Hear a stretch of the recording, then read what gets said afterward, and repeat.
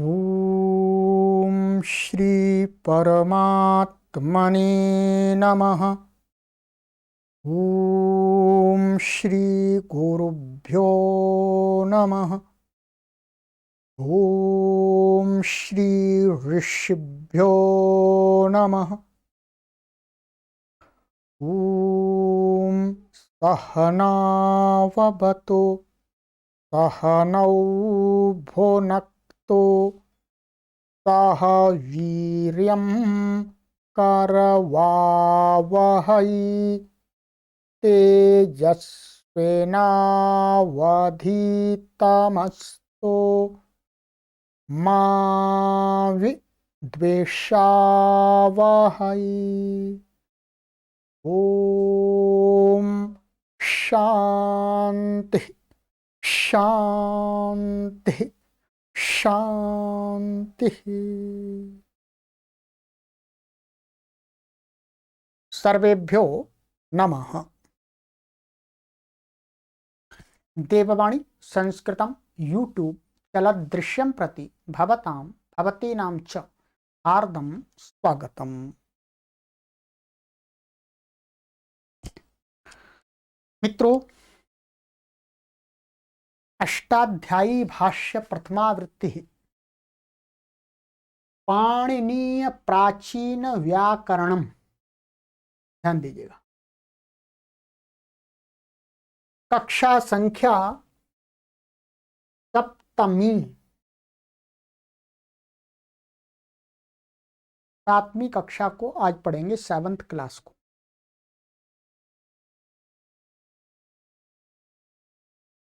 महर्षि पाणिनि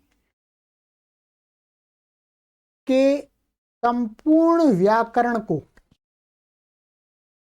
आरंभ से लेकर के अंत तक पढ़ाने के लिए इस श्रृंखला को चलाया जा रहा है। इस श्रृंखला की आज हम 7वीं कक्षा को पढ़ेंगे और इस श्रृंखला में किसी भी जिज्ञासु को पाणिनीय व्याकरण पढ़ने के इच्छुक व्यक्ति को, स्त्री पुरुष बालक बालिका युवक युवती, किसी भी मत संप्रदाय, किसी भी देश विदेश के सभी पाठकों का इस कक्षा में हार्दिक अभिनंदन है। कोई भी व्यक्ति देववाणी संस्कृतम यूट्यूब चैनल को सब्सक्राइब करके, घंटी को ऑन करके, बेल को ऑन करके इन सभी कक्षाओं को अपने गृह पर ही बैठे बैठे ऑनलाइन निःशुल्क पढ़ सकते हैं, फ्री ऑफ कॉस्ट। कोई शुल्क नहीं देना किसी को, केवल आपको अपना समय देना है और इंटरनेट का डाटा देना है, बस। अब इस विश्व के अंदर कोई भी व्यक्ति यदि चाहे कि मैं संस्कृत का महान पंडित और पंडिता बनना चाहता हूं या चाहती हूं, तो वो अब आसानी से, सरलता से, परिश्रम पूर्वक, निष्ठा पूर्वक अपने गृह पर ही बैठे बैठे इस कोर्स को पढ़ करके संस्कृत के महान विद्वान और विदुषी बन सकते हैं। अब कोई कहीं बाहर जाने की आवश्यकता किसी को नहीं है।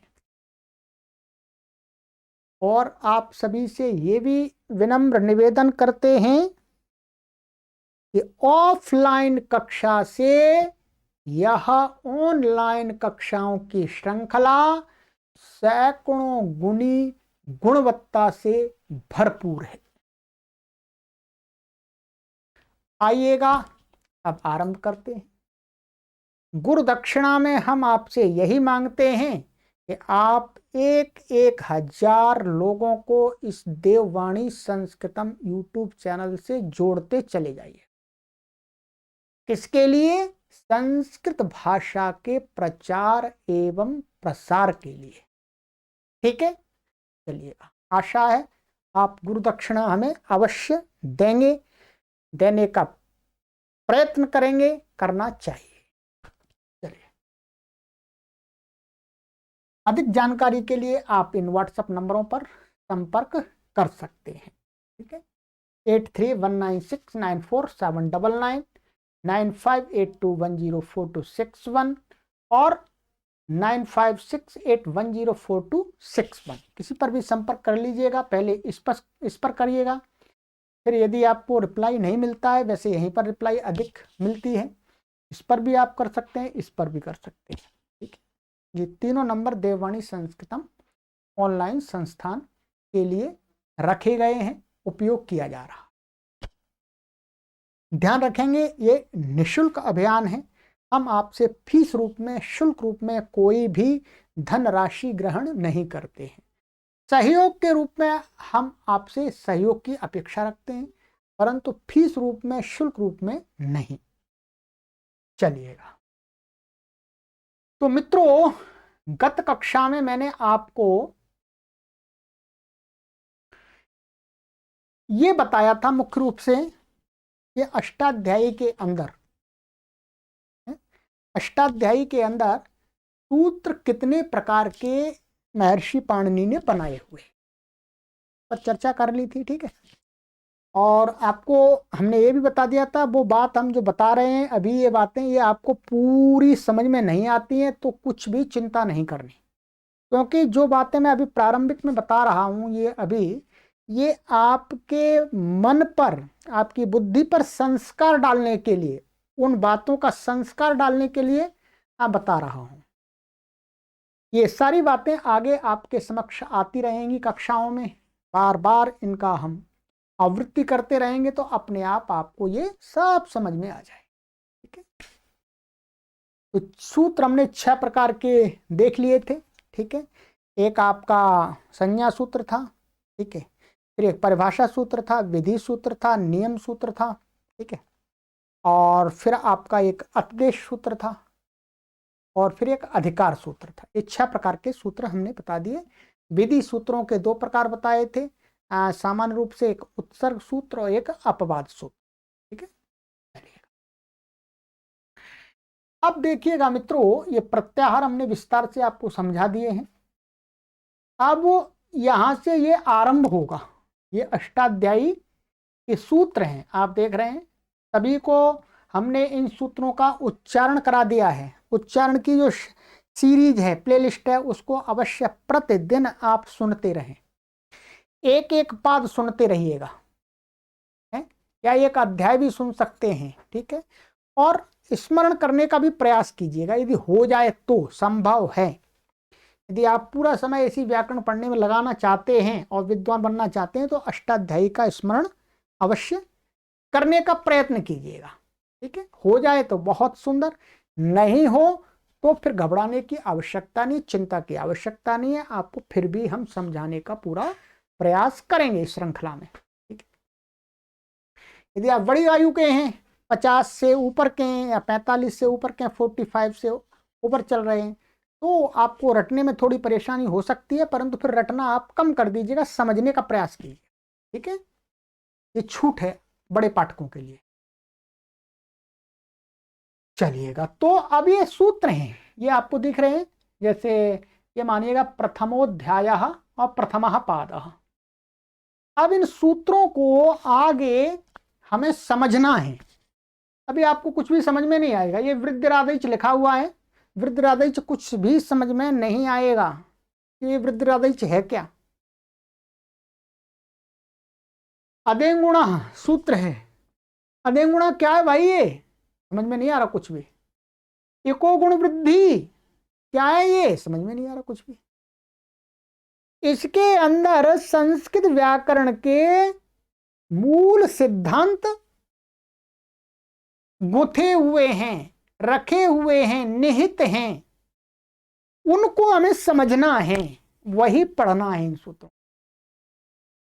तो आज की कक्षा में इन सूत्रों को पढ़ने के लिए हम सभी पाठकों को किन किन बातों का ध्यान रखना चाहिए, उन बातों पर प्रकाश डालेंगे। ठीक है, आपसे निवेदन करते हैं, आप अपनी नोटबुक को, कॉपी को खोल लीजिएगा और एक हाथ में पेन ले लीजिएगा। कुछ बातें आज आपको लिखनी पड़ेंगी। ठीक है, लिखनी पड़ेंगी। तो आपको संपूर्ण व्याकरण को पढ़ते समय तक स्मरण करने योग्य हैं, ध्यान देने योग्य हैं। चलिएगा, कॉपी खोलिएगा जल्दी से, देर मत कीजिएगा, समय अधिक हो रहा है। पेन लीजिएगा हाथ में, चलिएगा। आज हम आपको ये कुछ बातें लिखाएंगे, क्या क्या ध्यान रखना।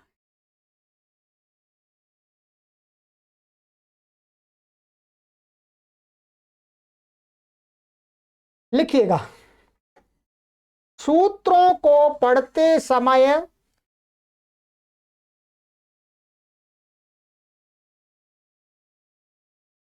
निम्न बातों का ध्यान अवश्य रखें।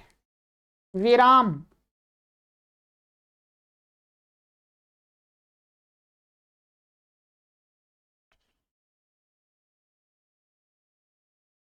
ये सूत्र हम अष्टाध्यायी के पढ़ेंगे तो हमें किन किन बातों का ध्यान रखना चाहिए पाठकों को, वो बातें मैं आपको आज लिखा रहा हूं और थोड़ा उसका एक्सप्लेन भी कर दूंगा, उनको बता भी दूंगा कि ये क्या क्या है। ठीक है, नंबर 1,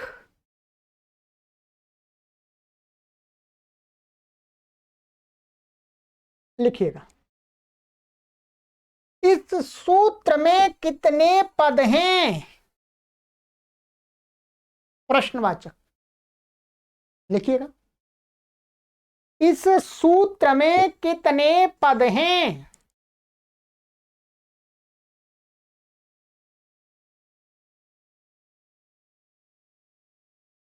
चलिए लिख लिया, ये फिर मैं समझाऊंगा।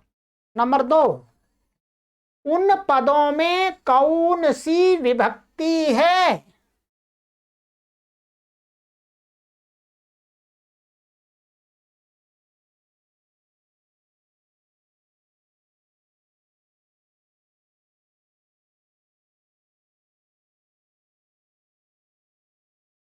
नंबर 3,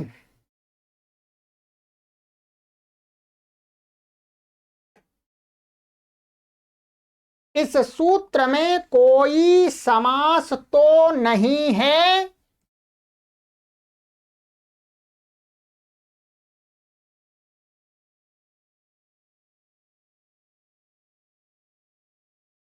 यदि है तो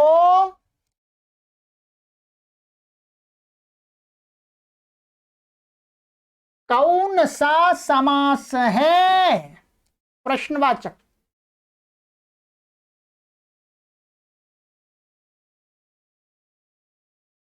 इतना धीरे धीरे मैं बोल रहा हूं, इतना गति कम है, आप आराम से लिख सकते हैं। लिखिएगा, धैर्यपूर्वक लिखिएगा, शीघ्रता नहीं है।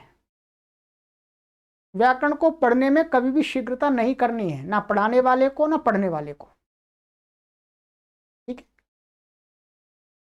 चलिएगा। नंबर 4,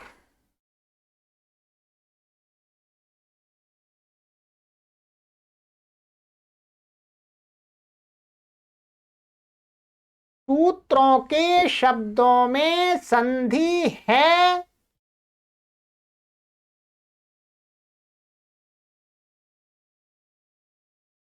तो कौन सी संधि है?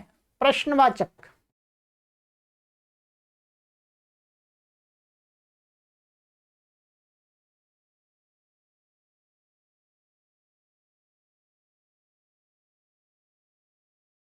नंबर 5,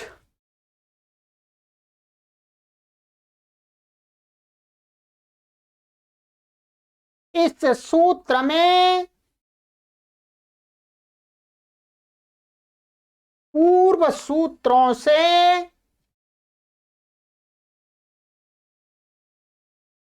किन किन पदों की अनुवृत्ति आती है?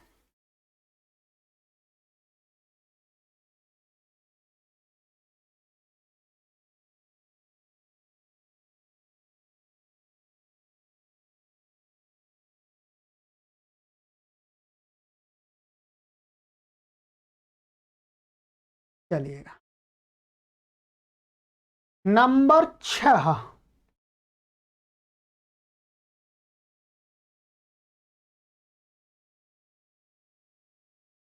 अनुवृत्त होने वाले पदों को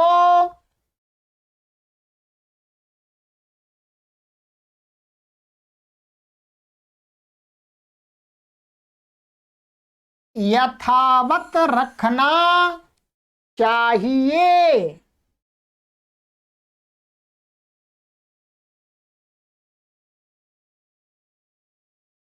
या लिंग विपरिणाम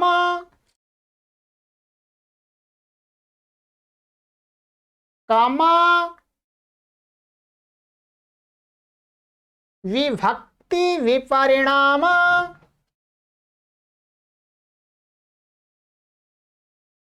या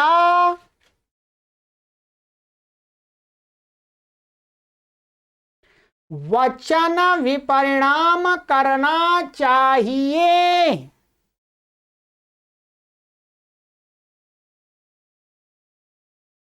क्वेश्चन मार्क।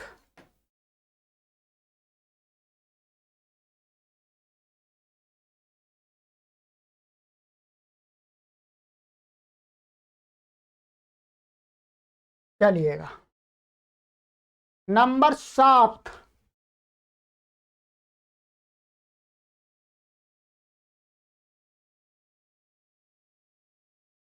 इसके सूत्रार्थ में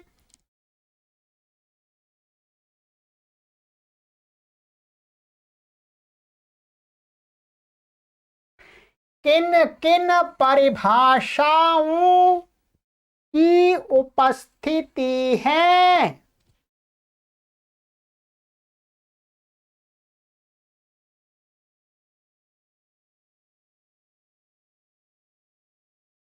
प्रश्नवाचक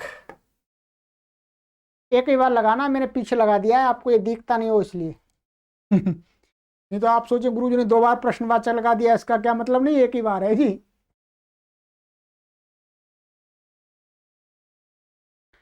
नंबर 8,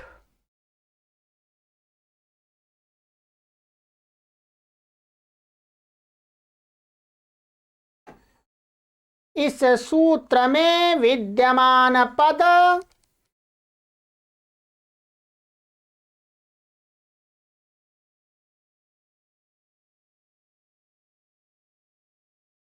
और अनुवृत्त, कोष्ठक में लिखिएगा, अनुवृत्ति से आए हुए, कोष्ठक बंद कर दीजिए,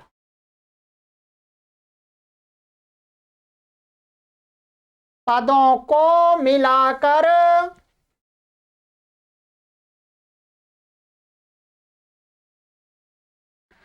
सूत्र का पूर्ण अर्थ क्या बनता है।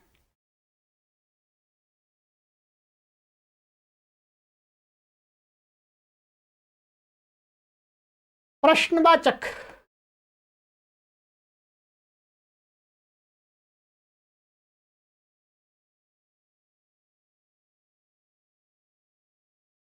नंबर 9,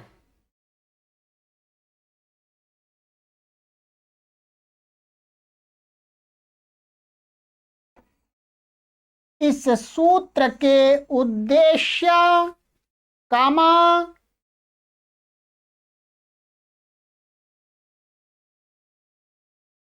विधेय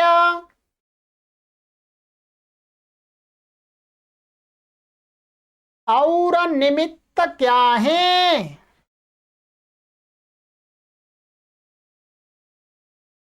प्रश्नवाचक।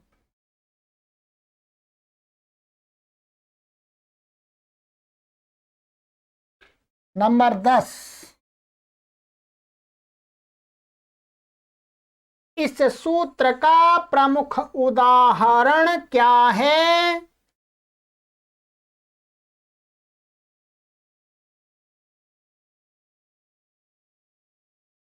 और अन्य उदाहरण क्या हो सकते हैं। Question mark.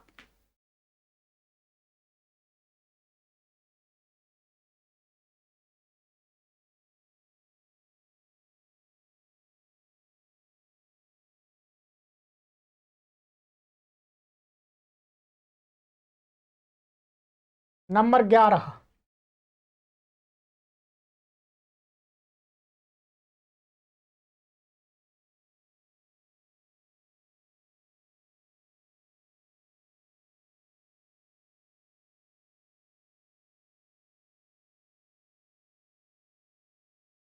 इस सूत्र के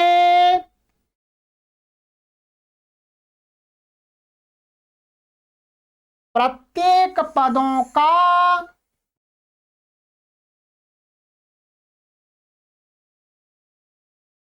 पदकृत्य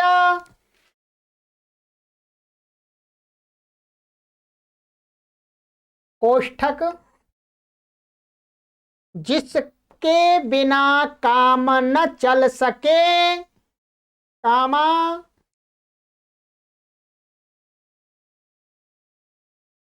ऐसे पदों का कार्य कोष्ठक बंद क्या है? Question mark.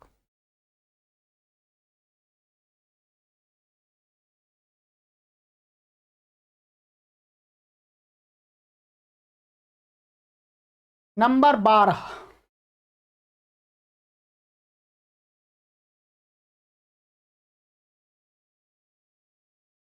यह सूत्र किसका बाधक है?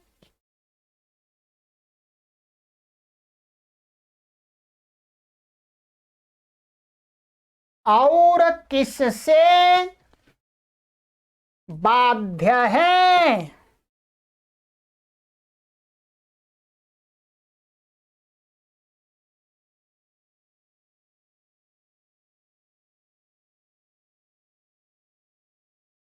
नंबर 13, 13th, यह सूत्र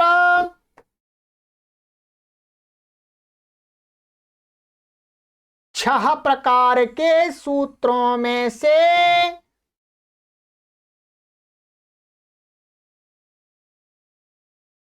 किस प्रकार का है? प्रश्नवाचक।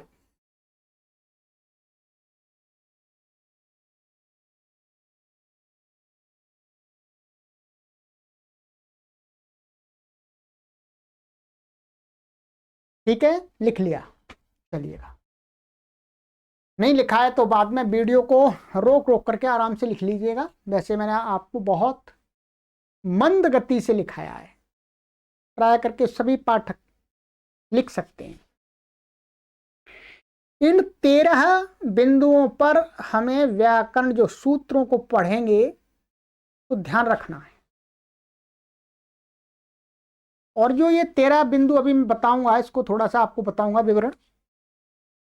ये हर सूत्र में घटित हो ऐसा नहीं है, कहीं पर कुछ होगा कहीं पर कुछ होगा, परंतु हमें इन 13 बिंदुओं को अपनी बुद्धि में रखना है, सूत्रों के विषय में विचार करना है कि इसमें कौन सा बिंदु इसमें लग रहा है, कैसे कैसे।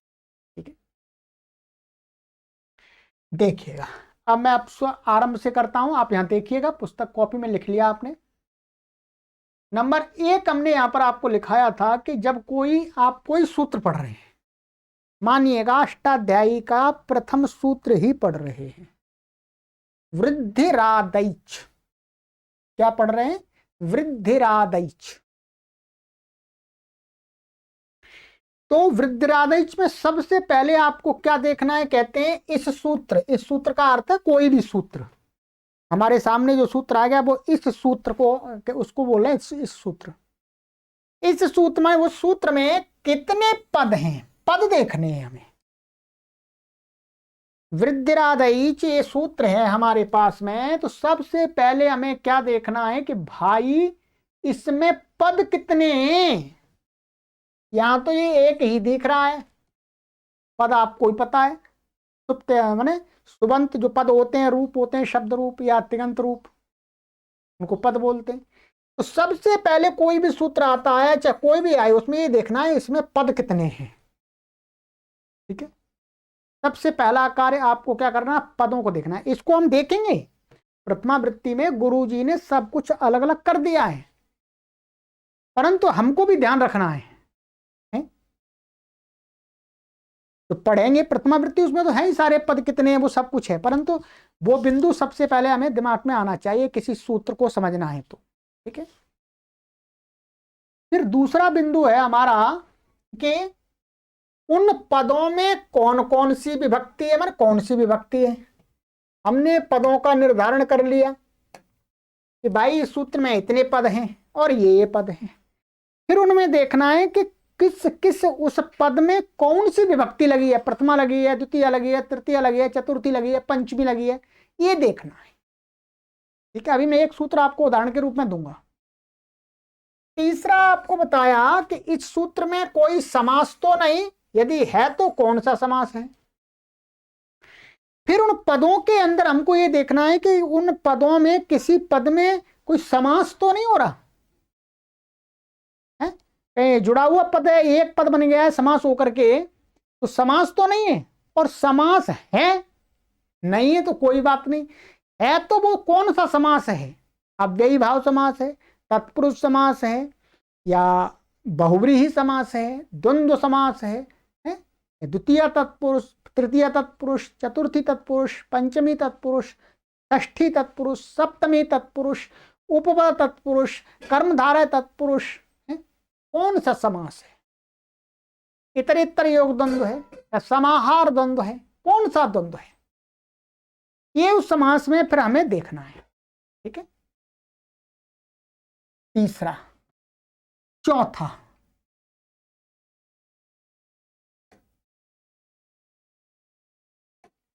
चौथा है कि सूत्रों के शब्दों में संधि है तो कौन सी संधि है।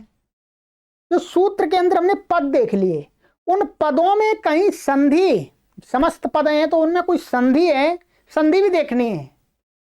संधि को हम जानते हैं तभी तो हम पदों को अलग अलग देख पाएंगे। तो संधि से उसमें वर्णों में विकार आ जाता, बदल जाते हैं। तो फिर हमें सूत्रों के शब्दों में संधि भी देखनी है, संधि है या नहीं है तो कौन सी संधि है, ये जानना है। पांचवा है, इस सूत्र में पूर्व सूत्रों से किन किन पदों की अनुवृत्ति आती है। अनुवृत्ति, अभी शब्द का अर्थ आप नहीं जानते होंगे शायद, पर मैं आपको समझा दूंगा आज की और कल का।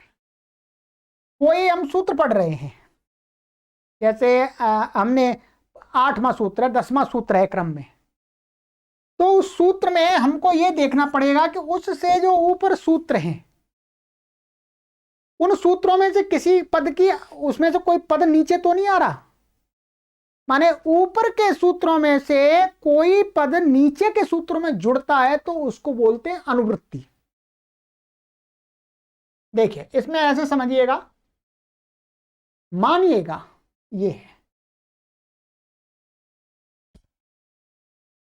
ये तो पहला सूत्र है, दूसरा सूत्र है। ठीक है, अब क्या है, ये मानिएगा ये सूत्र है। हम इस सूत्र को पढ़ेंगे तो हमें यह देखना पड़ेगा कि इस सूत्र में, इन ऊपर वाले सूत्रों में से कोई पद का इसमें जुड़ तो नहीं रहा। इस सूत्र में ऊपर में इसमें से कोई पद या पूरा सूत्र तो नहीं आ रहा इसमें, उसको ही बोलते हैं अनुवृत्ति। यदि इसमें से मानिएगा गुणः ऐसा आ रहा है, वैसे ही मानिएगा, समझिएगा। तो मानिए गुणः पद की इसमें जुड़ेगा तो गुणः पद की अनुवृत्ति इसमें आ रही है, ये देखना है। ये देखना है इसमें से किसी की आ रही है या नहीं आ रही है, ये इसको पहले हमें कसौटी पर खरा उतार लेना है अर्थ करने से पहले। ठीक है, चलिएगा, ऐसे सब जगह देखना है आगे। फिर है आपका छठवां है आपका अनुवृत्त होने वाले पदों को, माने ऊपर सूत्र से कोई पद आ रहा है, एक आ रहा है, दो आ रहे हैं, तीन भी आ सकते हैं, नहीं भी आ सकते हैं। यदि आ रहे हैं तब की बात है। यथावत रखना, यथावत माने नीचे वाला जो सूत्र है उसमें उस ऊपर वाले से आए हुए पद को हमें कहां रखना है, तब उसका अर्थ बनेगा, ये जानना है। ऐसा नहीं कहीं रख दिया नीचे वाले सूत्र में, आगे पीछे नहीं, अर्थ देखना पड़ेगा कहां पर रखने से सही अर्थ होता है। ठीक है। और क्या कभी चाहिए लिंग विपरिणाम। कभी क्या होता है, ऊपर से कोई पद आ रहा है नीचे के सूत्र में, ऊपर तो पुल्लिंग पड़ा हुआ है शब्द, परंतु कभी कभी ऐसा देखा जाता है कि जब नीचे सूत्र में वो आता है तो उसका लिंग बदल देते हैं। अर्थ करते समय उसका लिंग या तो स्त्रीलिंग उसको मान लेंगे या नपुंसक लिंग मान लेंगे, ऐसा भी करना पड़ता है। तो ये भी देखना है कि लिंग विपरिणाम करना है। लिंग विपरिणाम का अर्थ है लिंग माने पुल्लिंग है तो उसको स्त्रीलिंग में करना या नपुंसक लिंग में करना, नपुंसक लिंग है तो स्त्रीलिंग में करना या पुल्लिंग में करना, स्त्रीलिंग है तो नपुंसक लिंग, स्त्रीलिंग है तो उसको नपुंसक लिंग में या पुल्लिंग में करना। यह है लिंग का विपरिणाम, लिंग का परिवर्तन। विभक्ति विपरिणाम, ऊपर से जो पद आ रहा है उसमें वहां पर तो ऊपर वाले सूत्र में उस पद में पड़ी हुई थी प्रथमा विभक्ति, नीचे वाले सूत्र में कभी कभी क्या होता है वो विभक्ति परिवर्तित हो जाती है, उसको हम तृतीया कर देते हैं या षष्ठी कर देते हैं अर्थ के लिए। तो ये देखना है कि विभक्ति का विपरिणाम, विभक्ति हमें बदलनी है नीचे ला करके या वही रखनी है। ठीक है। ऐसे ही वचन विपरिणाम करना चाहिए। वचन माने ऊपर जो पद हैं ऊपर सूत्र में वो तो एक वचनांत पड़ा हुआ है, उसी पद की नीचे अनुवृत्ति ला रहे हैं, तो नीचे अनुवृत्ति लाते समय उसको हम कभी कभी द्विवचन में और बहुवचन में कर देते हैं उसी पद को। तो ये है वचन विपरिणाम, वचन परिवर्तन। ये हमको विचार करना है वहां पर कि इसका लिंग का परिवर्तन करना है शब्द का, अथवा विभक्ति का परिवर्तन करना है या नहीं करना है, वचन का करना है या नहीं करना है। ये हमें वहां पर देखना, चिंतन करना, विचार करना है सूत्रों पर। चलिएगा, 7वां बिंदु था आपका, इसके सूत्रार्थ में किन किन परिभाषाओं की उपस्थिति होती है।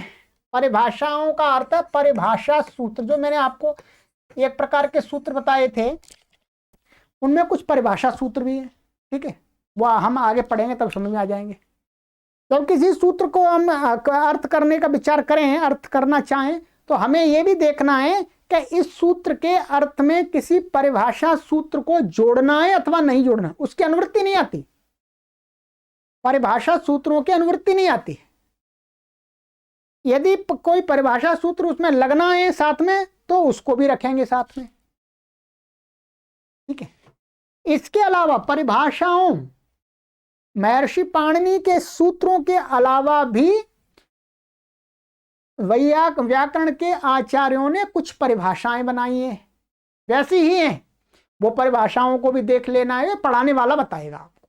ठीक है, प्रारंभिक अवस्था में आप इतने समर्थ नहीं है कि आप स्वयं चिंतन कर लें, पढ़ाने वाला बताएगा। ठीक है, उपस्थिति जरूर आवश्यक नहीं है कि हर सूत्र में परिभाषा लगे, नहीं। हमने बताया था कि जहां पर अव्यवस्था पैदा होती है वहां पर परिभाषाएं करती है, पंच का काम करने के लिए, न्यायाधीश का कार्य करने के लिए। ठीक है। 8वां बिंदु था हमारा, इस सूत्र में विद्यमान पद और अनुवृत्ति से आए हुए पदों को मिलाकर सूत्र का पूर्ण अर्थ क्या बनता है, अब देखना है। माने जो सूत्र हमारे सामने है उसमें जो पद हैं और ऊपर से किसी सूत्र में से कोई अनुवृत्त पद आ रहे हैं, तो पदों को सबको मिलाकर के क्रम से रख करके उसका अर्थ क्या बन रहा है ये समझना है। ठीक है, पूर्ण अर्थ क्या बनता है। और 9वां था कि इस सूत्र के उद्देश्य और विधेय और निमित्त क्या है। देखिए, कोई भी सूत्र होगा तो उन सूत्रों में हमको यह देखना पड़ता है इसका विधेय क्या है, माने ये क्या करना चाहता है, ये क्या सिद्ध करना चाहता है। विधेय और उद्देश्य, ये किसको निर्दिष्ट कर रहा है, किसको उद्देशित कर रहा है, और निमित्त, इस सूत्र के निमित्त क्या है, मतलब कारण क्या है, इन बातों पर भी हमें विचार करना है। विधेय, उद्देश्य आदि और निमित्त का ये मैं अगली कक्षा में आपको बताऊंगा। ठीक है, कैसे सूत्रों से विधेय और उद्देश्य और निमित्त हमें समझना चाहिए, ये आगे की कक्षा में बताऊंगा। ठीक है, पर हमें इस सूत्र कोई सूत्र है उसका ये देखना है इसका उद्देश्य क्या है, विधेय क्या है, और ये सब सूत्रों का नहीं होता, ये ध्यान रखेंगे। ठीक है, जिनका होता है उनका हमें देखना है। 10वां, इस सूत्र का प्रमुख उदाहरण क्या है और अन्य उदाहरण क्या हो सकते हैं। और ये सारी बातें गुरुजी हमें बताते ही जाएंगे प्रथमा वृत्ति में, कि जो भी हम वृद्धि सूत्र पढ़े, आदें गुणा पढ़े, एकोगुण वृद्धि पढ़े, तो कोई भी पढ़े, तो हमें यह देखना होगा कि इस सूत्र का मुख्य उदाहरण क्या बन रहा है, वो उदाहरण हमें प्रस्तुत करना है, वहां उसको सिद्ध करना वो गुरुजी ने किए हुए हैं। ठीक है, और उसके अलावा दूसरे उदाहरण क्या हो सकते हैं वो भी देखेंगे। ठीक है, नंबर 11,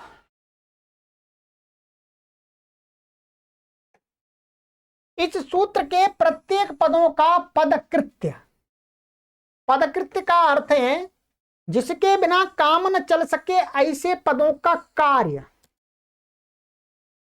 माने सूत्र के अंदर ऐसे पदों को देखना है कि वो उस पद को वहां नहीं रखते हैं तो उसका अर्थ ही नहीं बनता, और उस पद को रखने से क्या कार्य हो रहा है उस कार्य पर भी ध्यान रखना है, ये बात भी जाननी है।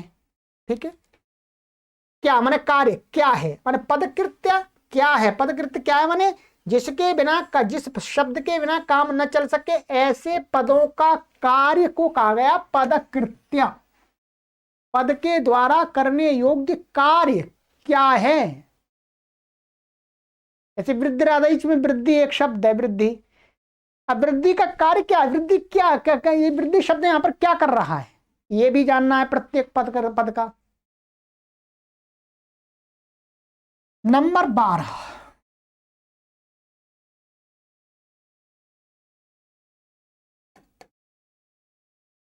यह सूत्र किसका बाधक है और किससे बाध्य है, माने बाधक।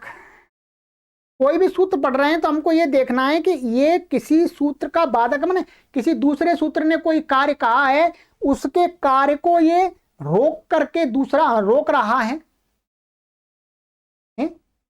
बाधक एक होता है, बाधक माने कार्य को रोकने वाला, और बाध्य, बाध्य माने जिसको रोका जा रहा है। तो बाधक और बाध्य सूत्रों को भी जानना है। इसको मोटे रूप से हम कह सकते हैं उत्सर्ग और अपवाद सूत्र। उत्सर्ग सूत्र क्या होते हैं, बाधक होते हैं। निषेध सूत्र भी बाधक होते हैं वैसे तो, ठीक है। और उत्सर्ग सूत्र क्या होते हैं, बाध्य होते हैं, उनके कार्य को रोका जाता है बाधक सूत्रों से, अपवाद सूत्रों से। तो ये भी समझना है, कोई भी सूत्र हमारे सामने आ रहा है तो हमको ये देखना है ये बाधक है या बाध्य है, ये किसी के कार्य को रोक रहा है अथवा इसके कार्य को कोई दूसरा सूत्र रोक रहा है, ये भी समझना है। अंतिम बिंदु है 13वां। हमने गत कक्षा में आपको 6 प्रकार के सूत्र पढ़ाए थे। तो यह सूत्र माने जो हम जिस सूत्र को पढ़ेंगे उस सूत्र पर यह देखना है कि 6 प्रकार के सूत्रों में से ये किस प्रकार का सूत्र है। ये आपका संज्ञा सूत्र है, अथवा आपका ये परिभाषा सूत्र है, विधि सूत्र है, नियम सूत्र है, अतिदेश सूत्र है, अथवा अधिकार सूत्र है। कौन सा सूत्र है ये इस पर विचार करना है। अब मानिएगा हम ये सूत्र पढ़ेंगे आगे, जैसे ये देखिए गुरुजी ने इसी क्रम में रखा हुआ है सारा। जैसे ये सूत्र बनाया, सबसे पहले गुरुजी क्या दिखाते हैं, पदच्छेद, पदों को अलग अलग करके दिखाते हैं, फिर विभक्ति दिखाते हैं। देखिएगा जैसे इसमें 2 पद हैं, वृद्धि और आदैच, 2 पद अलग कर दिए। फिर इसके अंदर कहीं समास है, तो इसके अंदर समास है, तो गुरु जी ने समास दिखाया।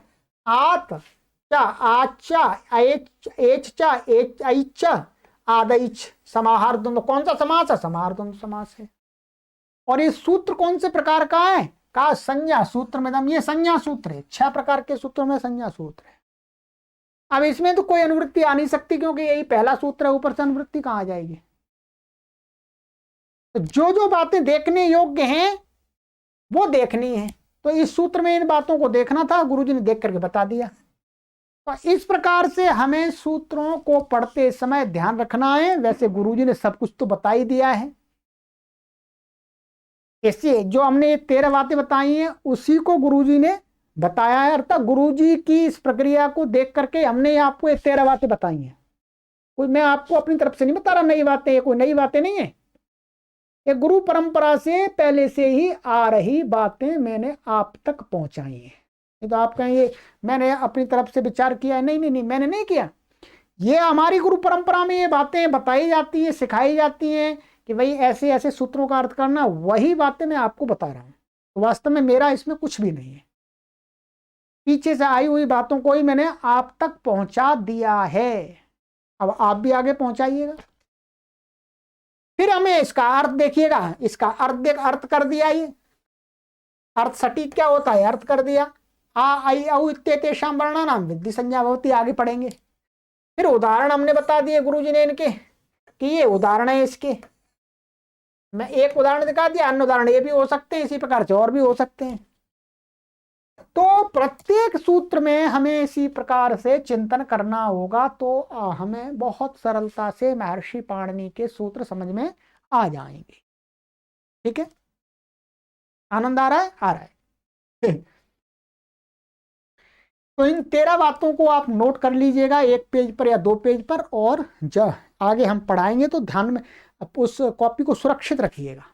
एक अलग से नोटबुक बना लीजिएगा जिसमें ऐसी मुख्य मुख्य बातें मैं लिखाऊंगा, उनको लिखते जाइएगा। ठीक है। अब एक कक्षा और मैं पढ़ाऊंगा आपको, 1 या 2 कक्षा हो सकती हैं।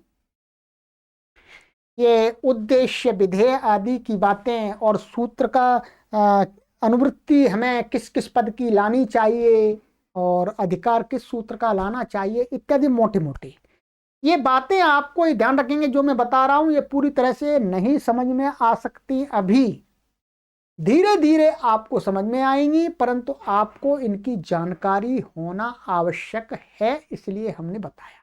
ठीक है, भूमिका के रूप में। चलिएगा, तो अब आगे की कक्षा में मिलेंगे, फिर उससे आगे की कक्षा में हम प्रयास करेंगे कि महर्षि पाणिनि के सूत्र वृद्धरादैच का आरंभ कर ही दें। सर्वेभ्यो नमः।